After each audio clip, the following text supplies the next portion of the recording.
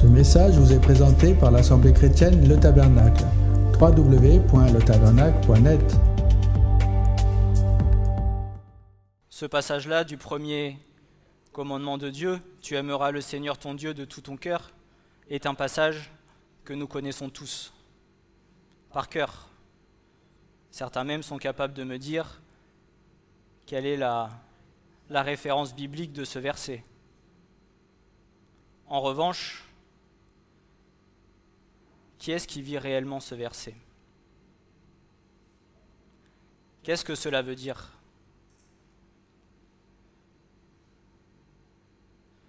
Tu aimeras le Seigneur ton Dieu de tout ton cœur, de toute ton âme et de toute ta force. Renferme l'intégralité de la loi biblique, l'intégralité de la parole de Dieu tout entière.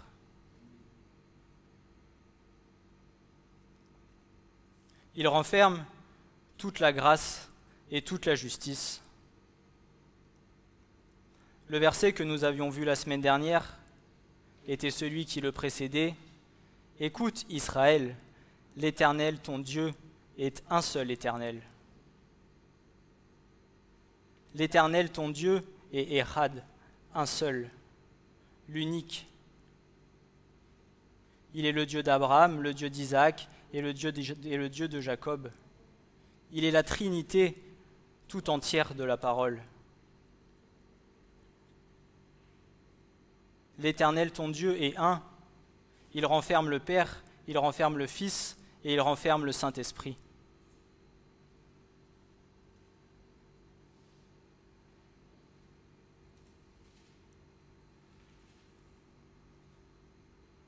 Le Fils, lui, est déjà présent au commencement, au moment de la création. Lorsque Dieu créa le monde, lorsque Dieu fit Bereshit lors de la création, bara, le mot créé, en hébreu, bar, à l'intérieur est présent le mot fils. Dès le moment de la création, le Fils était présent.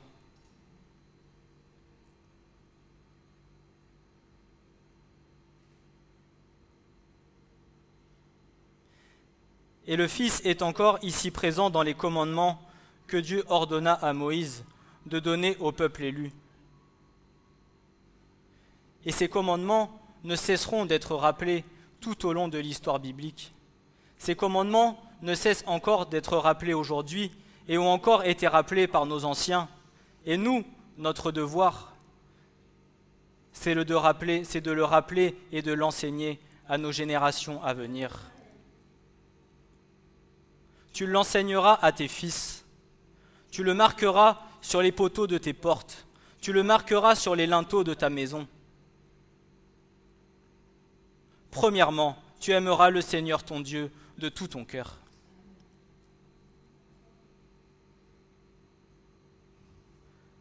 Alors avant de commencer le message en lui-même, le Seigneur m'a conduit à faire une petite introduction, à remettre les choses dans leur contexte. Et je vais vous dire pourquoi.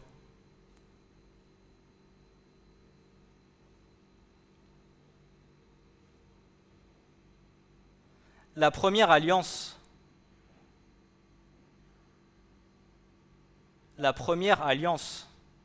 il est écrit l'ancienne alliance ou l'Ancien Testament, mais il s'agit de la première alliance. Et la nouvelle alliance, la nouvelle est venue compléter la première. Elles sont indissociables. Cessons de dire « nous sommes sous la grâce, nous ne sommes plus sous la loi ». C'est faux.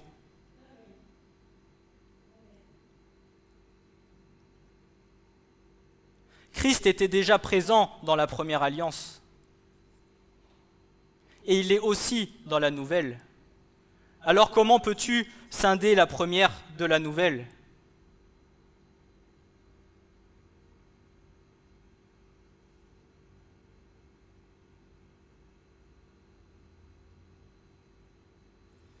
Je repense encore lorsqu'on m'avait fait la remarque quand j'avais fait le message concernant la dîme et les offrandes, où il n'était pas parlé de la dîme dans la Nouvelle Alliance. Oui, il y a certaines choses de la loi qui ont été annulées, comme les sacrifices des animaux. Pourquoi ? Parce que le sacrifice qui a été fait, c'est le sacrifice vivant de Christ lui-même, l'agneau immolé, le Fils du Dieu vivant, celui qui était là dès la création. Mais d'autres choses n'ont pas été annulées, bien au contraire, elles sont venues les compléter.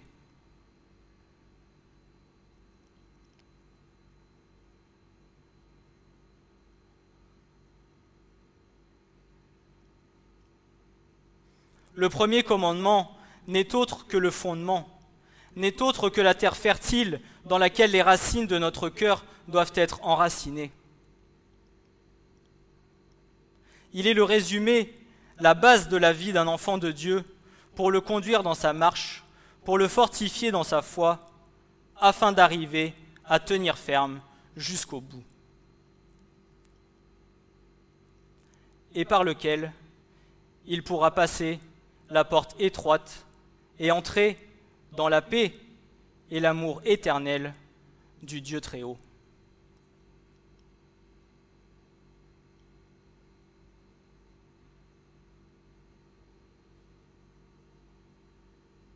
Est-ce que tu crois que le Seigneur regarde à tes œuvres ? Est-ce que tu crois que le Seigneur viendra regarder ? Oui, bien sûr qu'il regardera à tes œuvres, mais les œuvres que tu auras faites selon sa volonté. Crois-tu aussi qu'il regardera à savoir si tu es venu pointer tous les dimanches à l'église et t'asseoir sur ta chaise de façon religieuse, en disant « Tu vois Seigneur, tous les dimanches, regarde, sur le calendrier, il y a une croix, j'étais présent à l'église. » Mais dans quelle intention de cœur viens-tu ? Dans quelle intention de cœur passes-tu la porte ? Pour venir louer et adorer ton Dieu en esprit et en vérité, pour lui rendre gloire, ou simplement pour venir parce que c'est ton habitude ?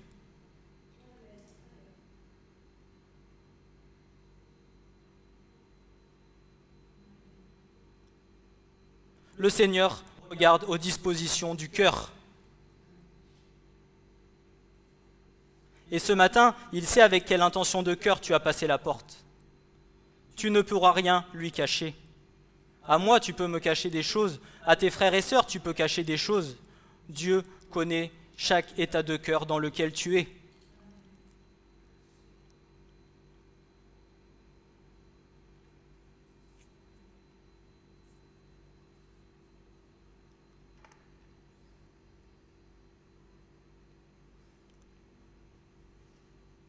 Aujourd'hui, bien beaucoup de chrétiens diront et trouveront ces paroles du premier commandement inappropriées et en inéquation avec les temps présents. Car pensant que nous ne sommes plus sous la loi, étant donné que l'œuvre de Christ à la croix, se donnant en sacrifice vivant pour amour pour nous, alors toute la loi est abolie. Si c'est ce que tu crois, tu te trompes.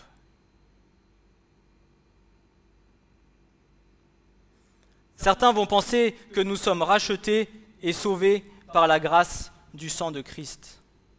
Oui, mais qu'est-ce que le Seigneur dit ? Je ne suis pas venu pour abolir la loi. Je suis venu pour l'accomplir.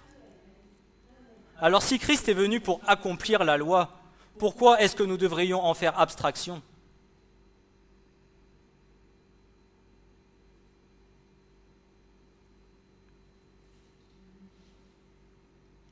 N'oubliez pas, comment par la Trinité, Christ pourrait-il renier tout ce que son Père a annoncé ? Comment le Seigneur pourrait-il renier tout ce que le Père a annoncé dans la première alliance ? Puisqu'ils sont triunitaires, puisqu'ils sont indissociables avec le Saint-Esprit.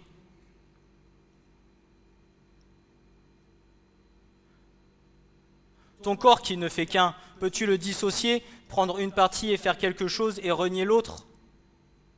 Non.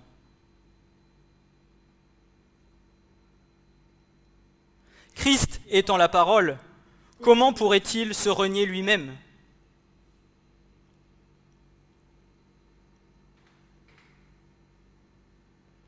Toi donc, mon enfant, écoutez ce que Paul dit.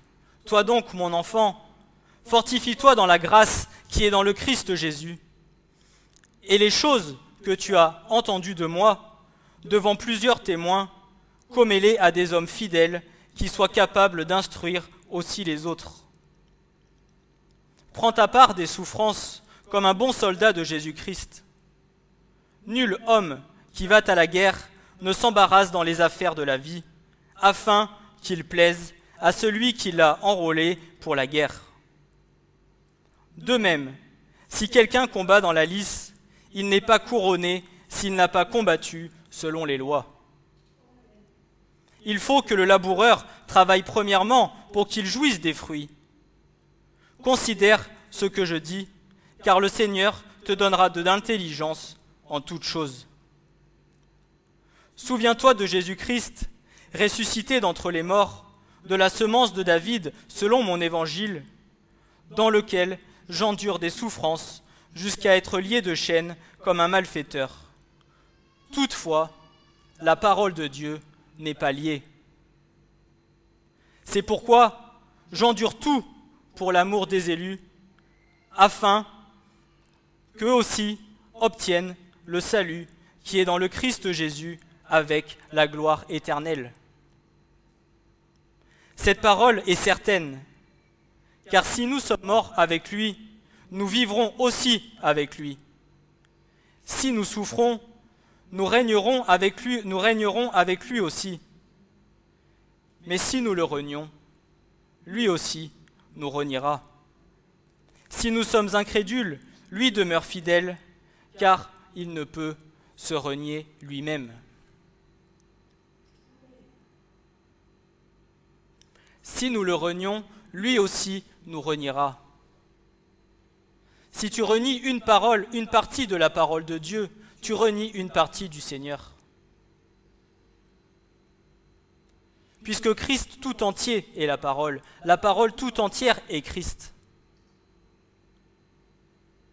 Alors si tu renies un seul iota de la parole de Dieu, c'est peut-être comme si tu reniais un seul cheveu du Christ. Et peut-être entendras-tu « Ôte-toi de moi, je ne te connais pas ».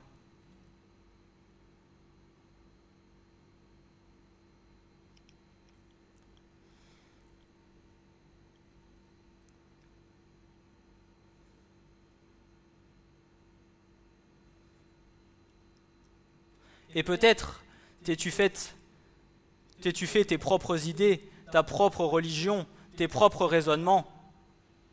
Mais assurément, Christ mettra en exécution ses promesses ainsi que ses avertissements envers chacun de nous et chacune des âmes de toute la création.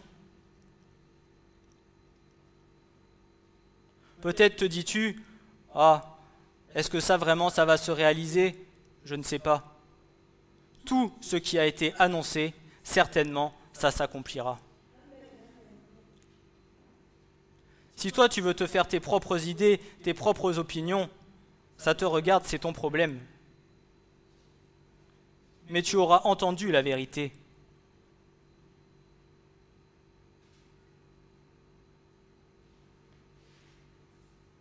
Et tu seras responsable devant Dieu de ce que tu auras entendu. Puisque tu ne pourras pas dire « Seigneur, je ne le savais pas ».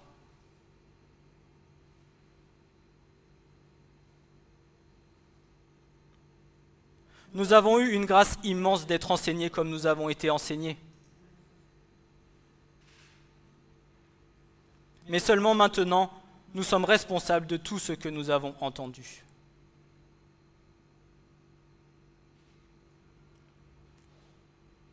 La fidélité divine est une consolation pour ceux qui demeurent fidèles à la parole et un avertissement solennel pour ceux qui abandonnent la foi. La fidélité divine est une consolation pour ceux qui demeurent fidèles et un avertissement solennel. Si tu décides de t'éloigner du chemin étroit, sache que tout ce que la parole de Dieu te dit est un avertissement par amour de la part de Dieu. non pas pour te juger, non pas pour être méchant avec toi, mais parce que lui, il t'aime de tout son cœur et de toute sa force. Parce que lui, il t'a aimé le premier. Vous l'avez chanté ce matin de vos propres lèvres, car tu m'aimas le premier.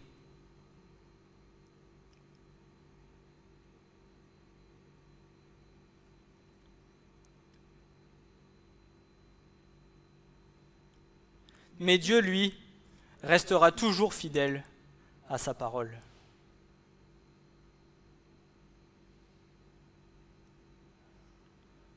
Car ne pensez pas que je sois venu pour abolir la loi ou les prophètes. Je ne suis pas venu pour abolir, mais pour accomplir. Car en vérité, je vous le dis, jusqu'à ce que le ciel et la terre passent, un seul iota ou un seul trait de lettre ne passera point de la loi, que tout ne soit accompli.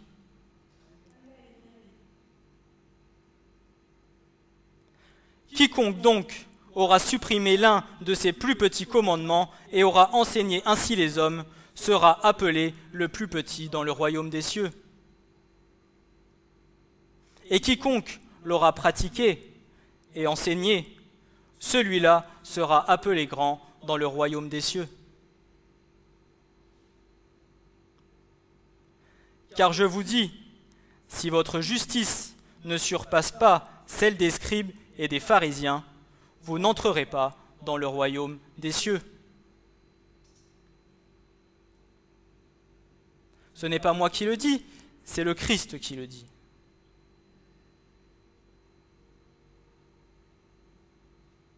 Et lorsque je lis ces paroles, j'ai le cœur serré. Parce que quand je regarde ma vie, je me dis, Seigneur,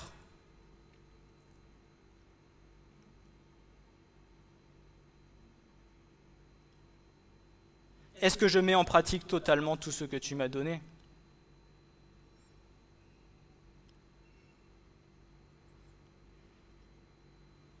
Est-ce que je ne me laisse pas tenter par les choses du monde qui sont vaines et futiles, qui ne m'apporteront rien ?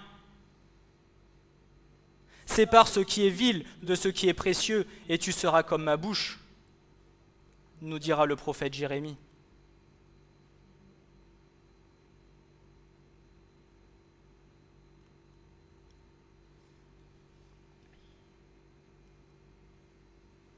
Christ a le désir que l'exigence spirituelle de la loi de Dieu soit accomplie dans la vie de ses disciples, dans la vie de chacun d'entre nous. Dieu est-il seulement le Dieu des Juifs? Ne l'est-il pas aussi des nations? Bien sûr que oui. Il est le Dieu de la création tout entière.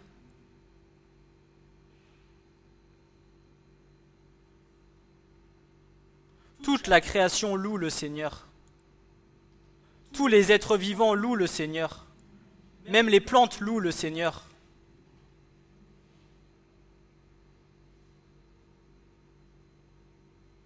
Et nous, que faisons-nous par amour pour lui? Quel sacrifice sommes-nous capables de faire par amour pour lui? Quel sacrifice de ta vie es-tu capable de faire?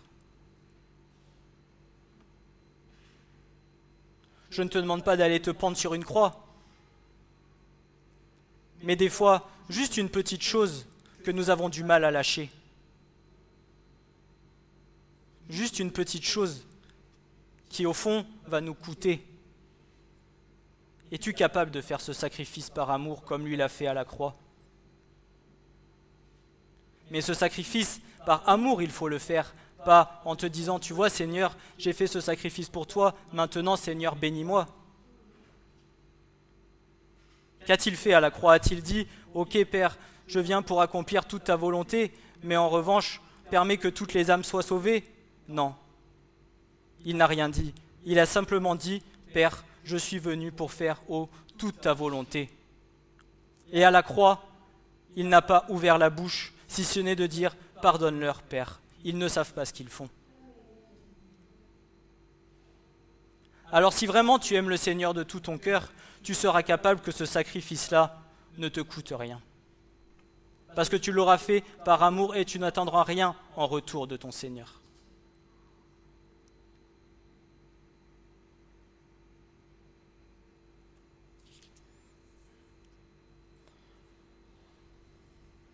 Je suis peut-être un peu dur dans les propos que je donne, mais il y a un moment donné où il faut que les choses soient annoncées avec vérité.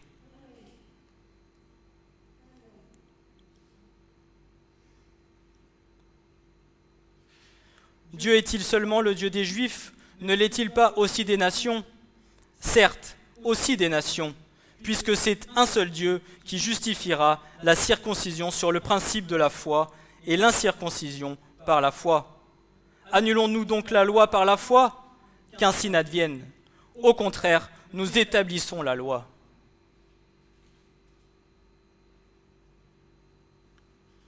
Ces passages sont des passages du Nouveau Testament, de la Nouvelle Alliance. Alors ne venez pas me dire qu'il faut renier la première alliance.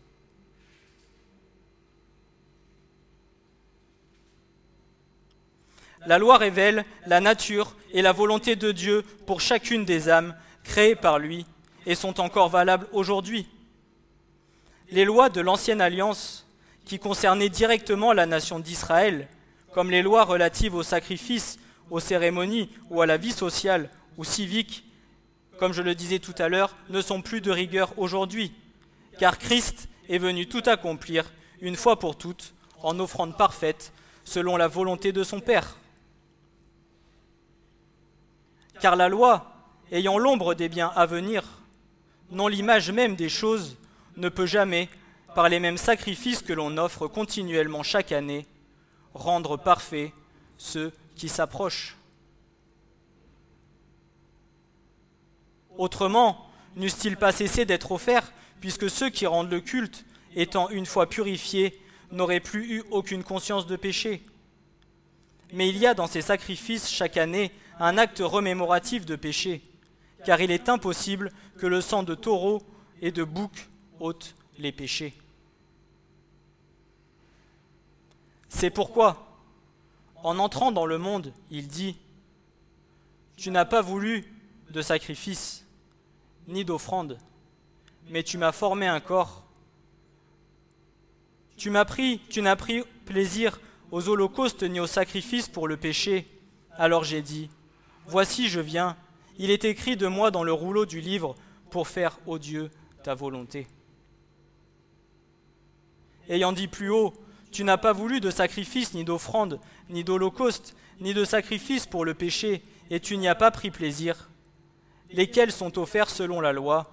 Alors il dit, voici je viens pour faire ta volonté. Il ôte le péché, afin d'établir second. C'est par cette volonté que nous avons été sanctifiés, par l'offrande du corps de Jésus-Christ, faite une fois pour toutes.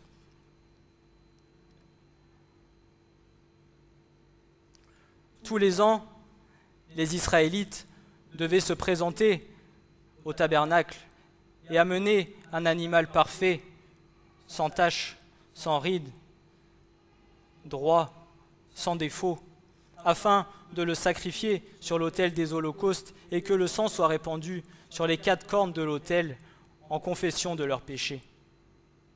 Mais nous, aujourd'hui, c'est Christ qui est venu faire cette œuvre merveilleuse et qui nous a purifiés et pardonnés une fois pour toutes. Lorsque le Christ vient et touche ta vie et ton cœur, et que tu confesses tes péchés de ta bouche, tu es pardonné une fois pour toutes. Ton tableau est effacé.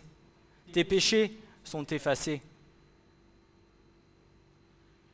Voici, j'ai fait toutes choses anciennes, et maintenant toutes choses sont devenues nouvelles.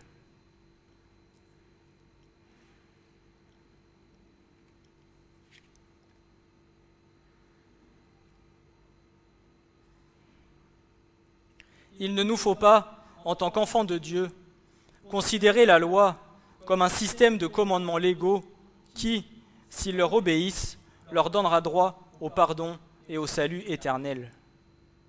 Au contraire, la loi est l'expression de la vie de Christ, dont chacun de nos cœurs est un code moral auquel chacun d'entre nous devons nous efforcer de nous soumettre.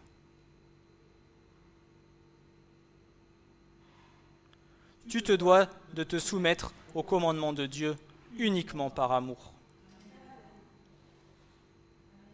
Si tu viens ici ce matin à contre-cœur, si tu viens ici ce matin pour te dire « Bon, Seigneur, j'ai un règlement à respecter, alors je te suis, je viens quand même », c'est ce que je vous disais, le Seigneur voit avec quelle disposition de cœur tu viens passer la porte. Et ce n'est pas parce que tu seras venu tous les dimanches que le Seigneur te dira « Viens, bon et fidèle serviteur, tu as été fidèle en peu de choses, je t'en confierai de grandes. » Non, ça ne sera pas comme ça. Le Seigneur regardera à ton cœur. As-tu un cœur entier pour le Seigneur? Ou un cœur partagé? Arrives-tu à lui donner la totalité de ton être intérieur? Ou veux-tu encore mener un peu le gouvernail de ta vie en disant « Seigneur, ça je veux bien, mais ça, c'est plus difficile. » Peut-être c'est difficile, alors si c'est dur, mets-toi à genoux devant lui et dis « Seigneur, aide-moi à te donner tout, parce que c'est le désir de mon cœur. » Et si tu le fais avec conviction, si tu le fais avec un profond désir de cœur, il agira.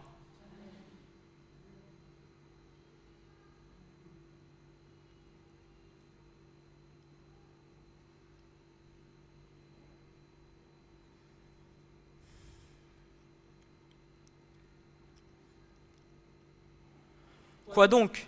Pécherions-nous parce que nous ne sommes pas sous la loi, mais sous la grâce? Qu'ainsi n'advienne. Ne savez-vous pas qu'à quiconque vous vous livrez vous-même comme esclave pour obéir, vous êtes esclave de celui à qui vous obéissez, soit du péché pour la mort, soit de l'obéissance pour la justice. À quelle loi obéis-tu? À la loi du péché ou au premier commandement de ton Dieu?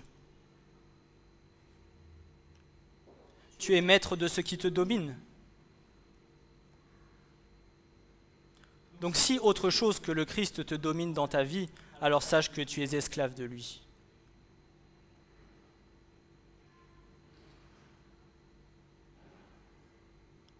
Une fois de plus, je ne l'invente pas, c'est écrit.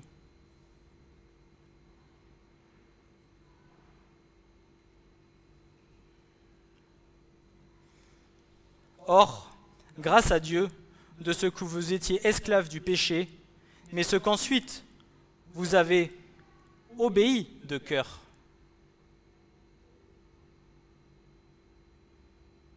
Pas obéi par obligation, pas obéi par soumission, par contrainte, obéi de cœur. À la forme de doctrine dans laquelle vous avez été instruits. Mais ayant été affranchis du péché, vous avez été asservis à la justice. Je parle à la façon des hommes, à cause de l'infirmité de votre chair.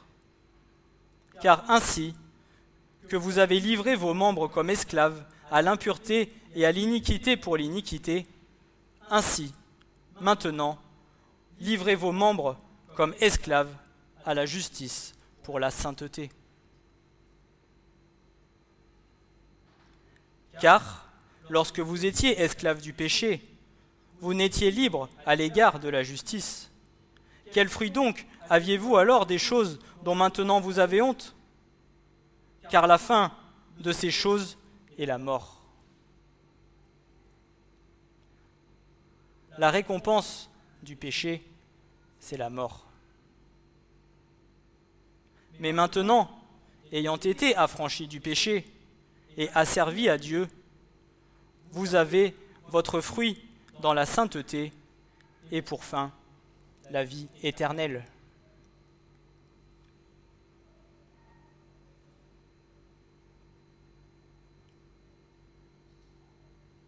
Car les gages du péché, c'est la mort, mais le don de grâce de Dieu, c'est la vie éternelle dans le Christ Jésus, notre Seigneur. Romains 6, versets 15 à 22.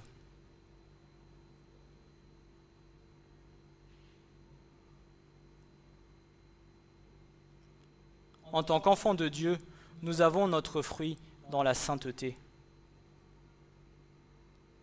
Et nous avons pour récompense la vie éternelle.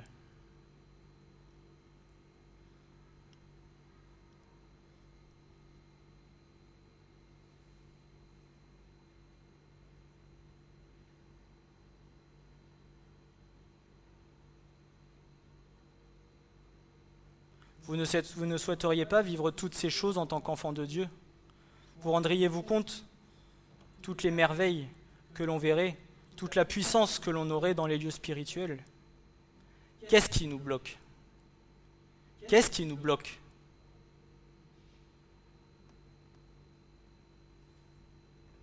La chair.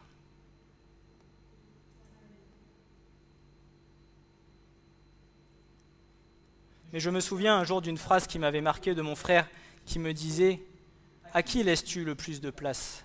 À la chair ou à l'esprit? Si la chair domine l'esprit, alors tu vivras selon la chair. Mais si l'esprit domine la chair, alors tu vivras selon l'esprit. » Vous savez, c'est comme la balance. Où est-ce que ça pèse le plus? Côté charnel, côté spirituel? Des fois dans ma vie, c'est côté charnel. Et bien souvent, dans ces moments-là, c'est là que tu te prends des murs. C'est là que tu fais des erreurs.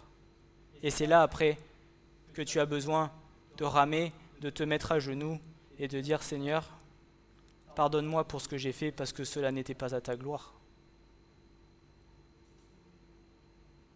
Mais le Seigneur attend de nous que cela soit continuel dans nos vies. Parce qu'au final, par moments, nous faisons un peu comme les gens du monde qui connaissent un petit peu le Seigneur. Dès que ça ne va pas, que nous avons des problèmes, nous courons vers Dieu et nous demandons « Seigneur, aide-moi ». Et dès que tout va bien, dès que tout roule, on prie moins, on se met moins devant le Seigneur, on lit moins sa parole, et il faut encore que le Seigneur nous mette une épreuve pour qu'on revienne. Vous savez, c'est sans arrêt comme à la pêche, le moulinet comme ça. Hop, d'un coup, le poisson, à chaque fois, il se repart et... Le Seigneur il est obligé de remouliner pour nous ramer près du rivage.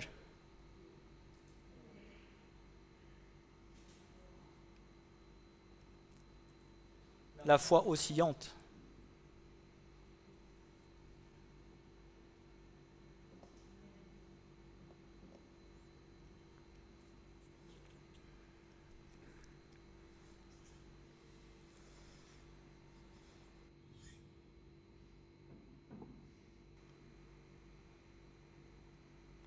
Notre foi en Christ constitue le point de départ de l'accomplissement de la loi. Par notre foi en Christ, alors, il devient notre frère et Dieu notre Père. Par conséquent, notre obéissance en tant qu'élu de Dieu doit tirer racine des ordonnances enseignées aux anciens dans la foi par Dieu lui-même.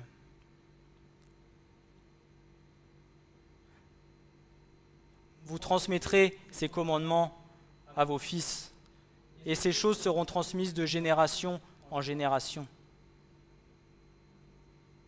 Alors quand les anciens te donnent un conseil, selon la marche que tu connais et la vie que tu connais de cet ancien, ne viens pas te dire « ce vieux commence à me casser les pieds, j'ai envie de faire ce que j'ai envie de faire ».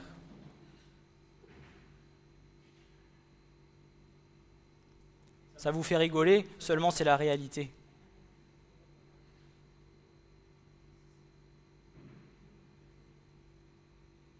J'ai toujours gardé un conseil de mon grand-père, qui est né en 1935, toujours réfléchir avant d'agir.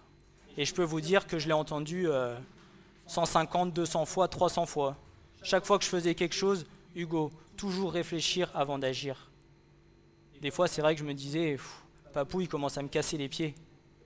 Mais pourtant, aujourd'hui, ce conseil, je le garde sur mon cœur.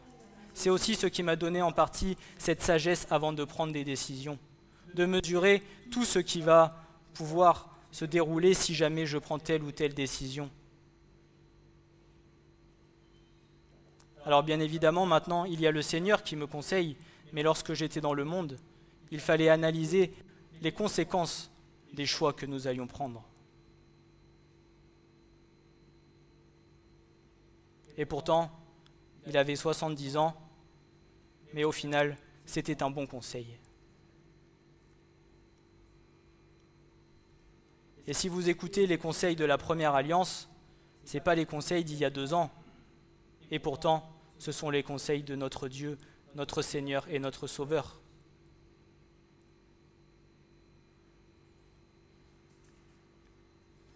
Mais ces conseils, c'est parce qu'il nous aime. C'est parce qu'il veut que chacun de nous soit sauvé. Ce n'est pas parce qu'il veut te casser les pieds ou qu'il veut t'embêter. C'est par amour. Parce qu'il ne veut pas que tu te perdes. Parce qu'il tient à toi comme à la prunelle de ses yeux. Parce qu'il te connaissait avant même que tu fusses formé dans le sein de ta mère.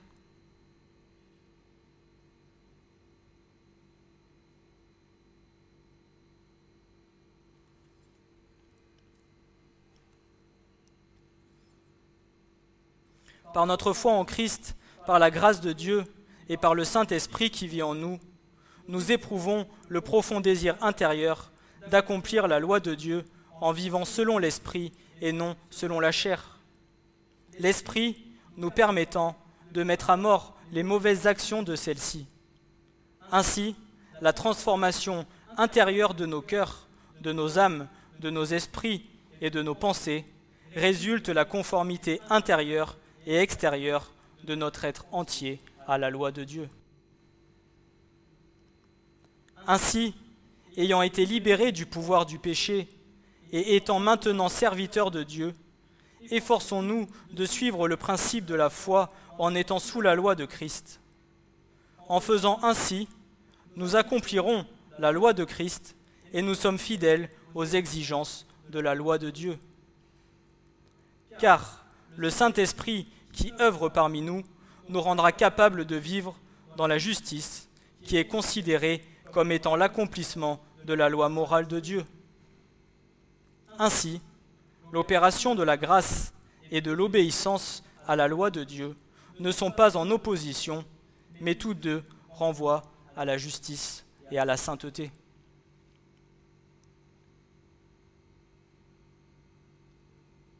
Christ est amour et Christ est justice. Il n'est pas que justice, il n'est pas que amour. C'est un équilibre.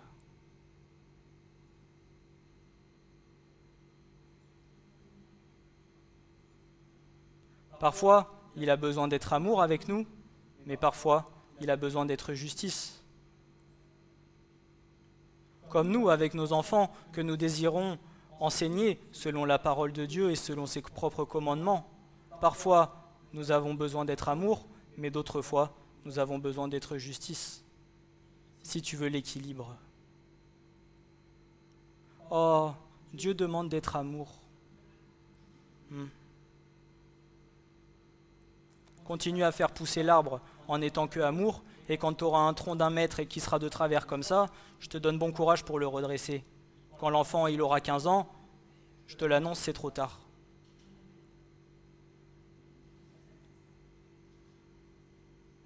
Mieux vaut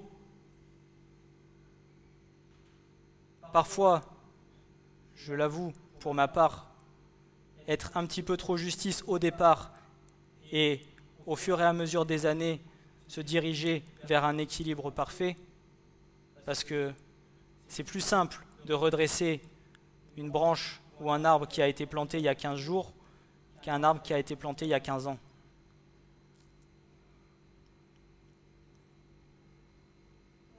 Une fois de plus, c'est un conseil que je donne, chacun fait comme il l'entend. Mais souvenez-vous de la parole de Dieu. Ta houle et ton bâton me rassurent. Ta houlette et ton bâton, me rassurent. Parfois, un enfant, justement, il va nous pousser pour chercher là où sont nos limites. parce qu'il en a besoin. Et reprendre un enfant est justice, mais fait aussi partie de l'amour que nous avons pour eux. Tout comme le Seigneur, comme je le disais, quand il va te reprendre, c'est parce qu'il t'aime qu'il te reprend.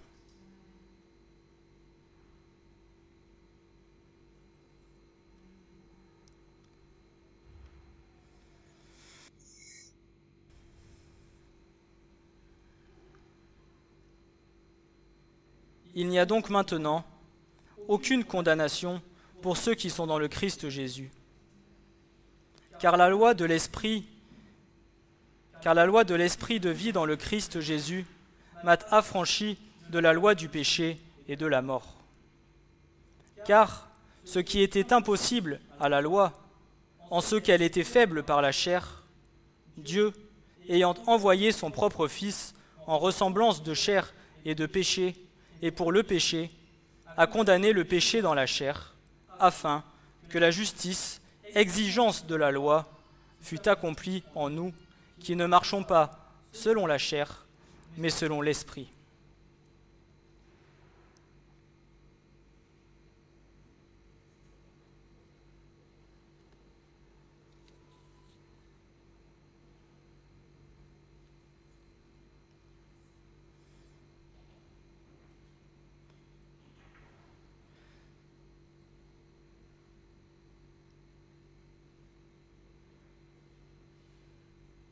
Je pense que je vais m'arrêter là pour aujourd'hui, parce que la partie que je voudrais donner après, en ce qui concerne le cœur, parce que ce que le Seigneur nous demande en premier, dans le premier commandement, c'est d'abord, tu aimeras le Seigneur, ton Dieu, de tout ton cœur.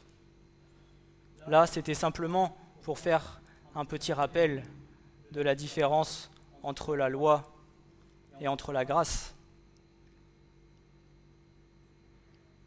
Mais vous verrez que si Dieu nous demande de nous aimer de tout notre cœur, de toute notre âme et de toute notre force, non pas simplement que de tout notre cœur ou que de toute notre âme, si c'est les trois réunis, c'est bien parce qu'il y a une raison, puisqu'il n'y a pas de hasard avec la parole de Dieu.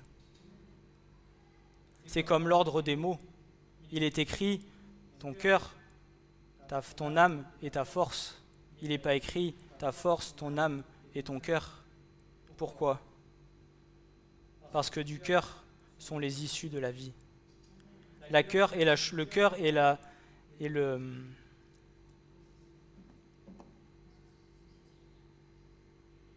l'organe principal du corps humain.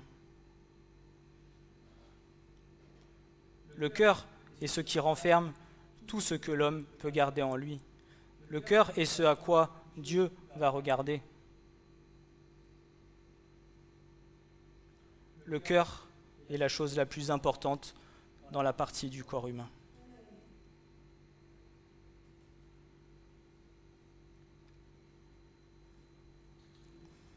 Alors j'espère que ce message vous aura fortifié, que tous nous pourrons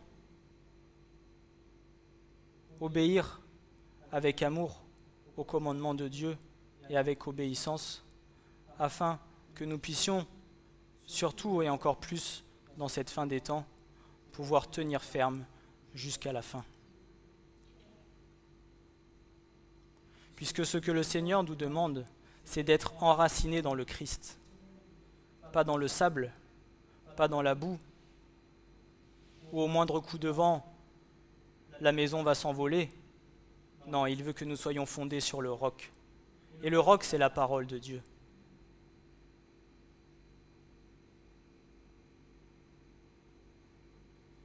Comme on le partageait dimanche dernier, c'est jusqu'à la fin qu'il faudra tenir bon. Le salut n'est pas acquis en un jour. Tous les jours, nous devons travailler à notre salut jusqu'à notre dernier souffle.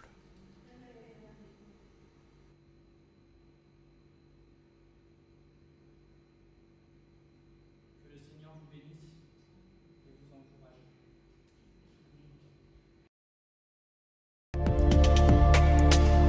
Ce message vous a été présenté par l'Assemblée chrétienne Le Tabernacle. www.letabernacle.net.